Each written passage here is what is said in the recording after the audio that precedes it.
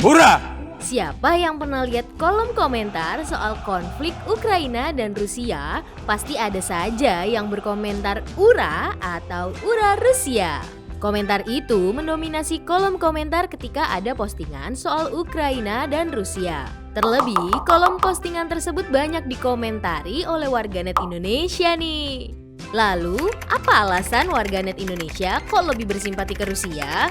Padahal Rusia yang memulai invasi terhadap Ukraina. Menurut peneliti dari Johanskite Institute of Political Studies, Universitas Tartu, Radityo Dharma Putra, ada 3 alasan nih BMers. Pertama, pandangan serta sikap anti-Amerika dan anti-Barat yang melekat kuat di masyarakat Indonesia.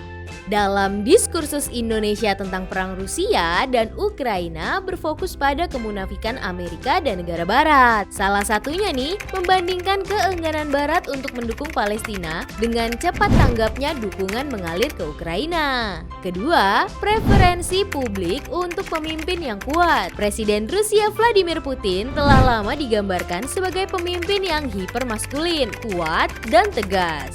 Misalnya saja, pada 2018, politisi Indonesia Fadlizon berpendapat bahwa Indonesia membutuhkan pemimpin yang kuat, berani, visioner, cerdas, dan berwibawa seperti Putin.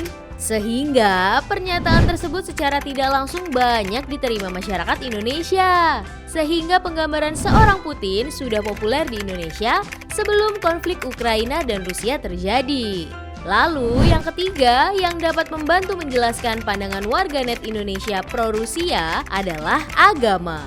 Hal tersebut mungkin tampak berlawanan dengan intuisi mengingat masa lalu komunis Rusia dan persepsi di Indonesia bahwa komunisme adalah anti-Islam. Ia juga menambahkan, dilihat dari beberapa tahun terakhir, Rusia juga menggambarkan diri seolah-olah teman dan sekutu Islam. Terlebih ketika Rusia dibantu oleh pasukan Syekh yang lebih didominasi oleh agama Islam.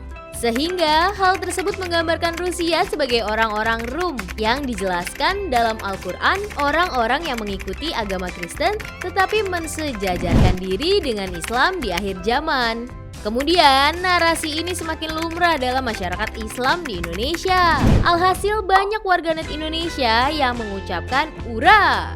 Walaupun generasi yang lebih tua masih ingat bagaimana Rusia menyerang Senya dan Uni Soviet di Afghanistan. Tapi kalian tahu nggak nih arti "Ura" dalam bahasa Rusia itu apa? Jika diterjemahkan ke dalam bahasa Indonesia, "Ura" artinya hore. Ada kalimat sebelum Putin mengatakan "Ura" pada pidatonya untuk mengumumkan serangannya kepada Ukraina. С праздником вас! С Днем Великой Победы! Ура! Yang berarti selamat hari libur, selamat hari kemenangan, hore! Nah, itu dia alasan kenapa warganet Indonesia cenderung lebih mendukung Rusia nih BMers.